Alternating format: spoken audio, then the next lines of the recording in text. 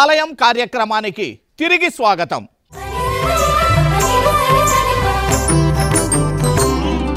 పదిహేడు 1735 సంవత్సరాల మధ్యకాలంలో కృష్ణాపురం పరిసర ప్రాంతాల్లో ఉన్నటువంటి ధర్మవరం, మదిగొబ్బ, ఆలమూరు మున్నగు గ్రామాల క్రైస్తవులు అనేక మంది ఇక్కడి నుంచి నెల్లూరు ప్రాంతంలో ఉన్నటువంటి బుక్కాపురం అనేటటువంటి గ్రామానికి వలసలుగా వెళ్ళిపోయారు. అందుకు కారణం మరాఠాల దాడులు, దాసరుల దండయాత్రలు, బడగలు అనేటటువంటి గిరిజనుల దోపిడీలు జరగటమే ప్రధాన కారణంగా చెప్పవచ్చు. ఆనాడు క్రైస్తవులెవ్వరికీ హిందువులు సహాయ సహకారాలు అందించకపోవటం వల్లనే వారంతా కూడా నెల్లూరు పరిసర ప్రాంతాలకు ఈ ప్రాంతం నుంచి వలసలుగా వెళ్ళిపోయారు. ఈ విధంగా వలస పోవటం వలన గురువులు, క్రైస్తవులు భూమి, గృహాలు, చర్చిలు లాంటి స్థిరాస్తులను ఎక్కడికక్కడ వదిలి పోవలసి వచ్చింది. నేడు నెల్లూరు, ప్రకాశం, గుంటూరు, కృష్ణా జిల్లాల్లోని అనేక పురాతన క్రైస్తవ గ్రామాలకు, అలాగే తెలంగాణ ప్రాంతంలో దాదాపు 200 గ్రామాలకు పైగా విస్తరించి ఉన్న అనేక పురాతన క్రైస్తవ కుటుంబాలకు, తమిళనాడు ప్రాంతంలో దాదాపు 70-80 గ్రామాల్లో నివసిస్తున్న పురాతన తెలుగు క్రైస్తవ కుటుంబాల వారికి ఆనాడు కృష్ణాపురం శ్రీసభ కేంద్రంగా విరాజిల్లిందంటే ఏమాత్రం అతిశయోక్తి కాదు. కర్ణాటక మిషన్ ద్వారా ఏ జేసుసభ గురువులు కృష్ణాపురాన్ని కేంద్రంగా చేసుకుని నాడు సువార్త ప్రచారం గావించారో, నేడు ఆ జేసుసభ గురువుల పర్యవేక్షణలోనే కృష్ణాపురంలోని సంజీవనాథ స్వామి పుణ్యక్షేత్రము తిరిగి ఆనాటి గొప్పతనాన్ని సంతరింప చేసుకోవటానికి అహర్నిశలు శ్రమిస్తున్నారు.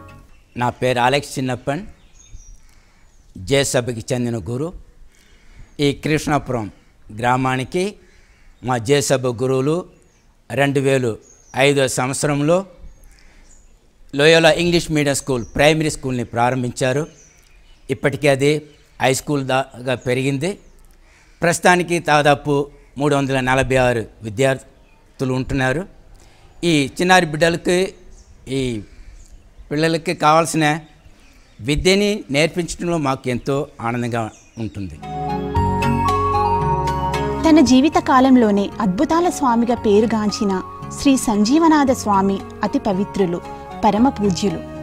తెలుగువారి సువార్త సేవలో 35 సంవత్సరాలు పనిచేసి ఎన్నో వేల మందికి జ్ఞానస్నానమిచ్చి ఆంధ్ర కథోలిక శ్రీసభ స్థాపకునిగా పేరుగాంచిన శ్రీ సంజీవనాథ స్వామివారి పవిత్ర దేహం పునీత శౌరివారి దేహం వలె ఇప్పటికి శిథిలం కాకుండా చెక్కు చెదరక ఉన్నదని కొందరి భక్తుల విశ్వాసం. కొందరికి శ్రీ సంజీవనాథ స్వామివారిపై విశ్వాసం ఏర్పరచుకున్న కారణంగా వారి కోర్కెలు నెరవేరుతున్నాయని తెలియచేస్తూ ఉంటారు. ప్రస్తుతం నెల్లూరు, ప్రకాశం, గుంటూరు జిల్లాల్లో ఉన్నటువంటి అనేక పురాతన క్రైస్తవ గ్రామాలకు, తెలంగాణ ప్రాంతంలో దాదాపుగా 250 గ్రామాల్లో విస్తరించి ఉన్నటువంటి అనేక పురాతన క్రైస్తవ గ్రామాల్లోని ప్రజలకు, అంతేకాకుండా తమిళనాడు ప్రాంతంలో దాదాపుగా 100 గ్రామాల్లో ఉన్నటువంటి తెలుగు క్రైస్తవులకు తమ మాతృభూమి అయినటువంటి కృష్ణాపురాన్ని అనునిత్యం సందర్శిస్తూనే ఉంటుంటారు. తమ కోర్కెలను ఇక్కడ ఉన్నటువంటి సంజీవనాథ స్వామికి విన్నవించుకుంటుంటారు. ఎక్కువ మాట్లాడే కాదు, ఎక్కడ పోయినా కానీ కాలేదు. హైదరాబాద్ పోయినాము, మళ్ళీ బెంగళూరుకి పోయినాము. ఎక్కడున్నా కానీ మాటలు వస్తాయి, నిదానంగా వస్తాయి అన్నారు. అందుకే మళ్ళీ ఇక్కడ 7 ఏళ్ళకు 10 ఏళ్ళకి ఇట్లా అక్కడెక్కడ అంతా బాధపడినది. ఫాదర్లో అమ్మ అక్కడ మా కృష్ణాపురం ఆడ ప్రార్థన చేయమ్మా, నీకు అంత బాగుంటుంది అన్నారు. ప్రార్థన చేసిన మళ్ళీ కొన్ని రోజులకి బాగున్నాం. అప్పటి నుంచి కొంచెం నాకు ఇక్కడ కూర్చొని ప్రార్థన చేసినప్పటి నుంచి నాకు ఎక్కువ మాట వస్తుంది కదా, అదే వందనాలు చూస్తారు. 1773లో ఆనాటి పోపు గారు జేసుసభ గురువులపై నిషేధం విధించటంతో కృష్ణాపురం పరిసర ప్రాంతాల్లోనే కాక రాయలసీమ అంతా క్రైస్తవత్వానికి పెద్ద ఎదురు దెబ్బ తగిలినట్లయింది.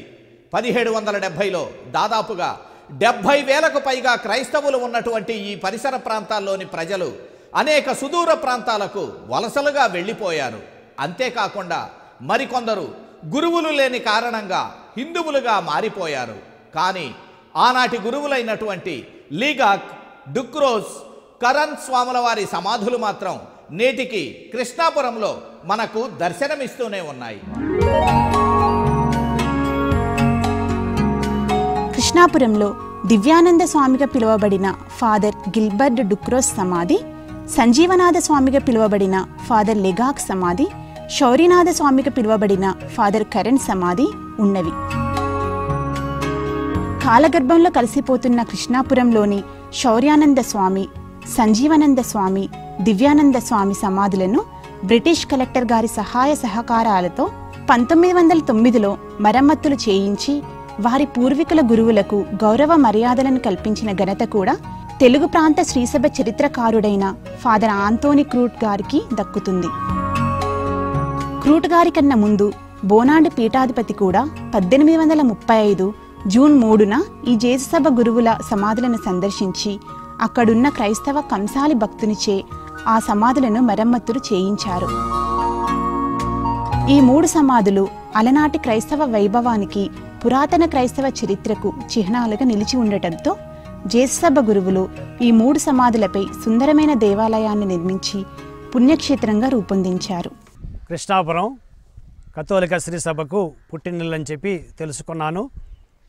మొట్టమొదటిగా 1985లో నేను ఈ గ్రామం ఫాదర్ జో సెబాస్టియన్ గారితో కలిసి సర్వే నిమిత్తం వచ్చాను. అప్పుడు ఒక చిన్న ప్రాంగణంలో 3 సమాధులు ఉండటం చూసాం. సంజీవనాథ స్వామి సమాధి, శౌరీనాథ స్వామి సమాధి, దివ్యనాథ స్వామి సమాధి.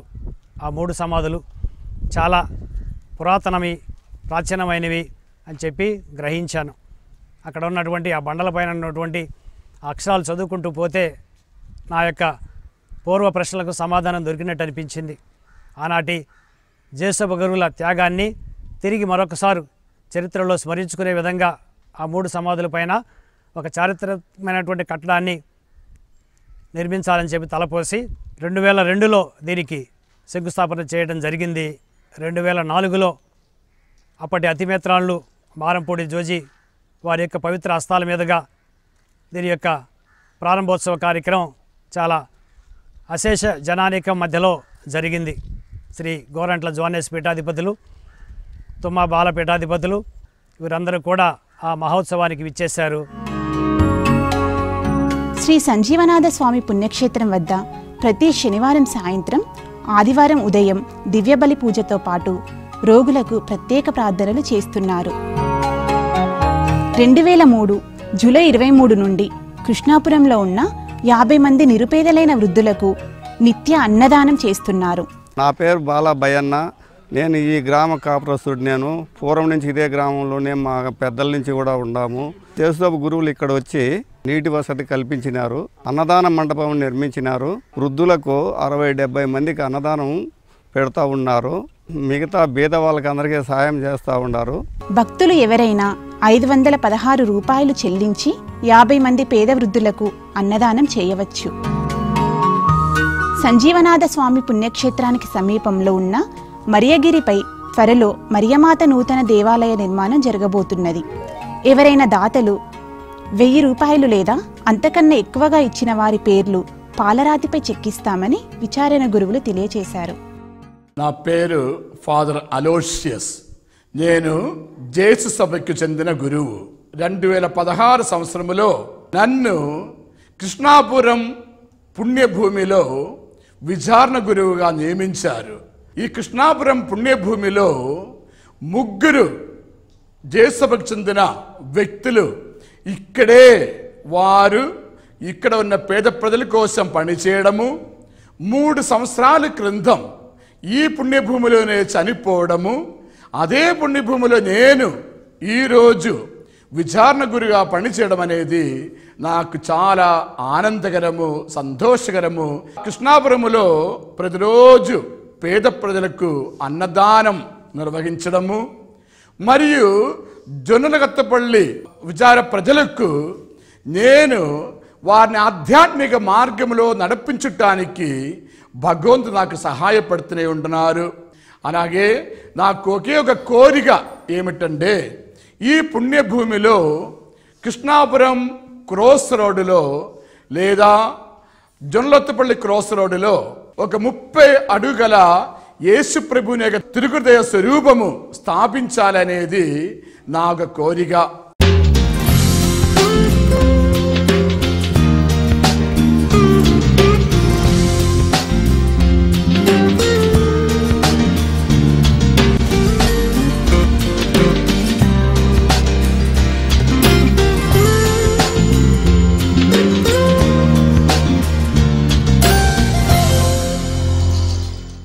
అత్యంత ప్రాచీన చారిత్రక ప్రాశస్త్యం ఉన్న పురాతన కథోలిక దేవాలయాల చరిత్రలో భాగంగా ఇప్పటి వరకు మనం కర్నూలు మేత్రాసనానికి చెందిన అనంతపురం జిల్లాలోని కృష్ణాపురం గ్రామంలో ఉన్నటువంటి సంజీవనాథ స్వామి పుణ్యక్షేత్రాన్ని గురించి, ఈ గ్రామ విశిష్టతలను గురించి తెలుసుకున్నాం. వచ్చే వారం మరో అత్యంత ప్రాచీన చారిత్రక నేపథ్యం కలిగినటువంటి అత్యంత పురాతనమైనటువంటి దేవాలయాన్ని గురించి తెలుసుకుందాం. చూస్తూనే ఉండండి ఆలయం కార్యక్రమం మీ దివ్యవాణి టీవీలో.